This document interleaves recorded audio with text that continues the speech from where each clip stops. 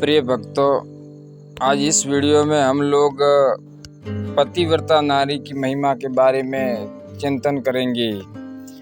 जब सुलोचना मेघनाद का कटा सर लेने के लिए श्री राम के सेना दल में जा पहुंची, रावण की महापराक्रमी पुत्र इंद्रजीत मेघनाद का वध करने की प्रतिज्ञा लेकर लक्ष्मण जिस समय युद्ध भूमि में जाने के लिए प्रस्तुत हुए, तब राम उनसे कहते हैं, लक्ष्मण, रण में जाकर तुम अपनी वीरता और रण कौशल से रावण पुत्र मेघनाद का वध कर दोगे, इसमें मुझे कोई संदेह नहीं है। परंतु एक बात का विशेष ध्यान रखना कि मेघनाद का मस्तक भूमि पर किसी भी प्रकार न गिरे, क्योंकि मेघनाद एक नारी व्रत का पालक है और उसकी पत्नी परम पतिव्रता है।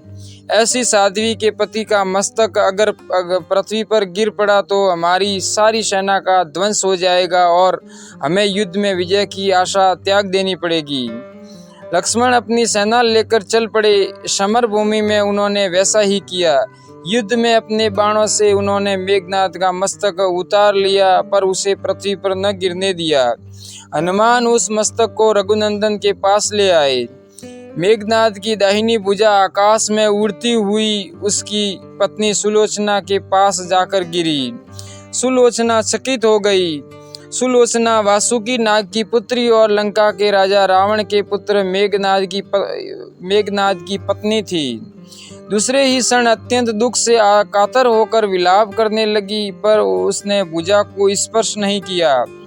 उसने सोचा, संभव है यह भुजा किसी अन्य व्यक्ति की हो। ऐसी दशा में परपुरुष के स्पर्श का दोष मुझे लगेगा। निर्णय करने के लिए उसने भुजा से कहा, यदि तू मेरे स्वामी की भुजा है तो मेरे पतिव्रत की शक्ति से युद्ध का सारा वृत्तांत लिख दे। भुजा में दासी ने लेखनी पकड़ा दी। लेखनी ने लिख दिया, प्राण प्रिय, यह भुजा मेरी ही है। युद्ध भूमि में श्री राम के भाई लक्ष्मण से मेरा युद्ध हुआ। लक्ष्मण ने कई वर्षों से पत्नी अन्न और निद्रा छोड़ रखी हैं। वे तेजस्वी तथा समस्त देवी गुणों से संपन्न हैं। संग्राम में उनके सामने मेरी एक नहीं चली।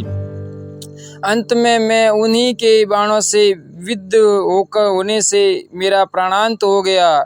मेरा शीश श्री राम के पास है। पति की भुजा लिखित पंक्तियां पढ़ते ही सुलोचना व्याकुल हो गई। पुत्र वधू के विलाप को सुनकर लंकापति रावण ने आकर कहा, शोक न कर पुत्री, प्रातः होते ही सहस्त्रों मस्तक मेरे बाणों से कट कट कर पृथ्वी पर लौट जाएंगे। मैं रक्त की नदियां बहा दूंगा। करुणा चित्कार करती हुई सुलोचना बोली, पर इससे मेरा क्या लाभ होगा? पिताजी, सहस्त्रों नहीं करोड़ों शीश भी मेरे स्वामी के शीश के अभाव की पूर्ति नहीं कर सकेंगे।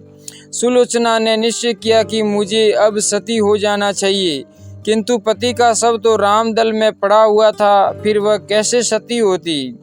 जब अपने ससुर रावण से उसने अपना अभिप्राय कहकर अपने पति का शव मंगवाने के लिए कहा, तब रावण ने उत्तर दिया, देवी, तुम स्वयं ही रामदल में जाकर अपने पति का शव प्राप्त करो। जिस समाज में बाल ब्रह्मचारी हनुमान, परम जितेंद्रिय लक्ष्मण तथा एक पत्नी व्रतधारी भगवान श्री राम विद्यमान है, उस समाज में तुम्हें जाने से डरना नहीं चाहिए। मुझे विश्वास है कि इन स्तुल्य महापुरुषों के द्वारा तुम निराश नहीं लौटाई जाओगी। सुलोचना के आने का समाचार सुनते ही श्री राम खड़े हो गए। स्वयं चलकर सुलोचना के पास आए और बोले, देवी, तुम्हारे पति विश्व के अन्यतम योद्धा और पराक्रमी थे। उनमें बहुत से सद्गुण थे, किंतु विधि की लेखनी को कौन बदल सकता है? आज तुम्हें इस तरह देखकर मेरे मन में बड़ी पीड़ा हो रही है।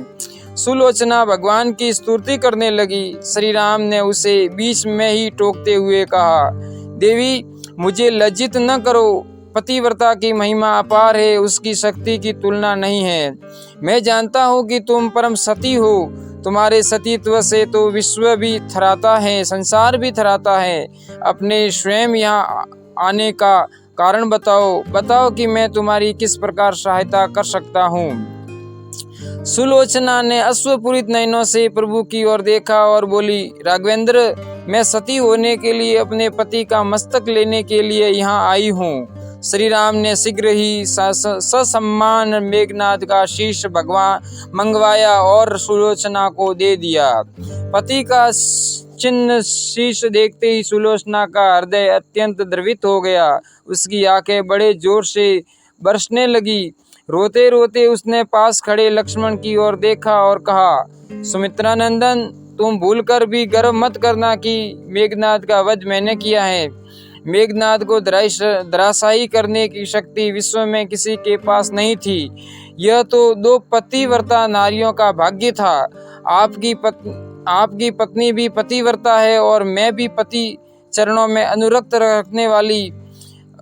रखने वाली उनकी अनन्य उपासिका हूँ। पर मेरे पति देव पतिव्रता नारी का अपहरण करने वाले पिता का अन्न खाते थे और उन्हीं के लिए युद्ध में उतरते थे। इसी से मेरे जीवन का धन परलोक सिधारे। सभी योद्धा सुलोचना को राम शिविर में देखकर चकित थे। वे यह नहीं समझ पा रहे थे कि सुलोचना को यह कैसे पता चला कि उसके पति का शीश भगवान राम के पास है। जिज्ञासा शांत करने के लिए सुग्रीव ने पूछ ही लिया कि यह बात उन्हें कैसे ज्ञात हुई कि मेघनाद का शीश श्री राम के शिविर में है। सुलोचना ने स्पष्ट से बता दिया, मेरे पति की भुजा युद्ध भूमि से उड़ती हुई मेरे पास चली गई थी। उसी ने लिखकर मुझे बता दिया। व्यंग्य भरे शब्दों में सुग्रीव बोल उठे, निष्प्राण भुजा यदि लिख सकती हैं, फिर तो यह कटा हुआ सिर भी हंस सकता है। श्री राम ने कहा, व्यर्थ बातें मत करो मित्र, पतिव्रता के महात्म्य को तुम नहीं जानते। यदि वह चाहे तो यह कटा हुआ सिर भी हंस सकता है।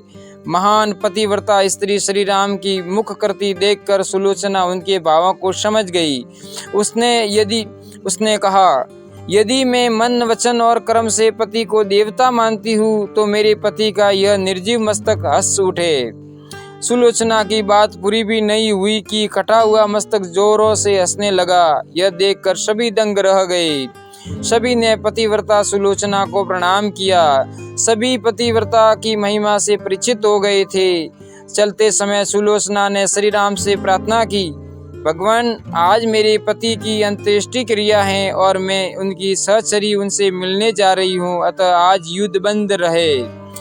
श्री राम ने सुलोचना की प्रार्थना स्वीकार कर ली। सुलोचना पति का सिर लेकर वापस लंका आ गई। लंका में समुद्र के तट पर एक चंदन की चिता तैयार की गई।